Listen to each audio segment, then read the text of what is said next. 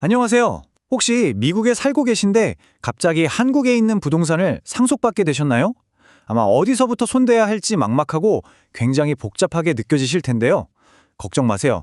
오늘 이 복잡한 과정을 명확한 로드맵으로 제가 아주 깔끔하게 정리해드리겠습니다. 자, 그럼 바로 시작해볼까요? 자, 바로 이 질문에서부터 출발해 보죠. 내가 지금 미국에 살고 있는데 서울에 있는 아파트를 떡하니 상속받았다. 도대체 어디서부터, 무엇부터 시작해야 할까요? 오늘 이 질문에 대한 아주 명쾌한 해답을 같이 찾아가 보겠습니다. 우선 해외에서 상속 절차를 진행한다는 게 어떤 건지부터 짚어보죠. 언뜻 보면 굉장히 어렵고 이걸 어떻게 하나 좀 두려운 과정처럼 보일 수 있거든요. 근데 사실 체계적으로만 접근하면 충분히 관리할 수 있습니다. 가장 좋은 소식부터 알려드릴게요. 상속 절차의 상당 부분을요, 굳이 한국에 오지 않아도 미국 현지에서 원격으로 처리할 수 있다는 겁니다. 네, 맞아요. 현지에 있는 법률 대리인을 통해서 재산 조회부터 등기, 심지어 매각하고 세금 처리하는 것까지 대부분의 업무 진행이 가능합니다. 자, 그럼 한국에서는 어떤 절차부터 시작해야 할까요? 이 초반에 해야 할 행정 업무들은 한국에 있는 대리인이 처리할 수 있는 부분들이에요. 일단 가장 먼저 사망 신고가 이루어져야 하고요.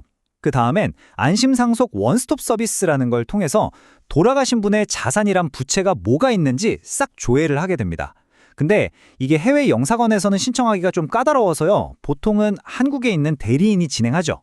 그리고 마지막으로 가장 중요한 단계, 바로 상속 등기를 진행합니다. 자, 여기서 이 상속 등기라는 개념, 이거 정말 중요합니다. 상속 등기가 뭐냐면요, 돌아가신 분 이름으로 되어 있는 부동산을 법적으로 상속인, 바로 여러분의 이름으로 이전하는 공식 절차예요. 이 단계를 거치지 않으면요, 그 부동산을 팔 수도 없고 아무것도 할 수가 없어요. 말 그대로 내 재산에 대한 권리를 행사하는 첫 번째 관문인 셈이죠.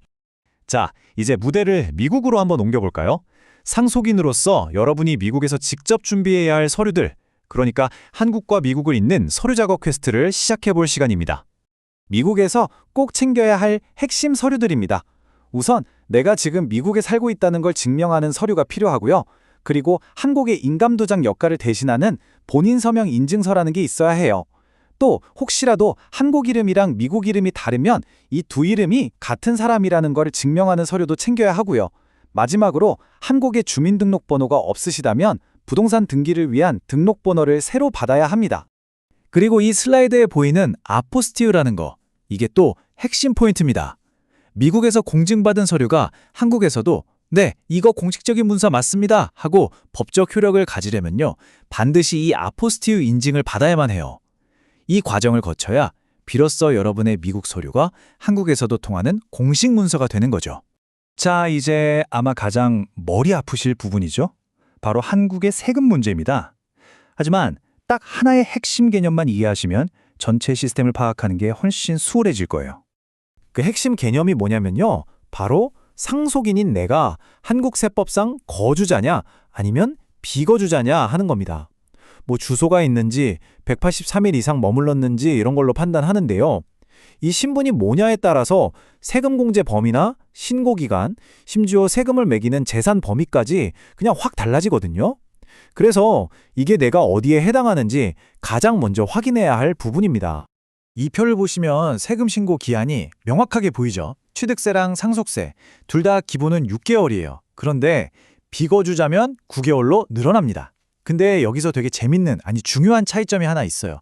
취득세는 상속받는 사람 중에 단 한 명이라도 비거주자면 9개월로 연장되는데요. 상속세는 돌아가신 분이나 상속인 전원이 비거주자여야만 연장이 된다는 미묘한 차이가 있습니다.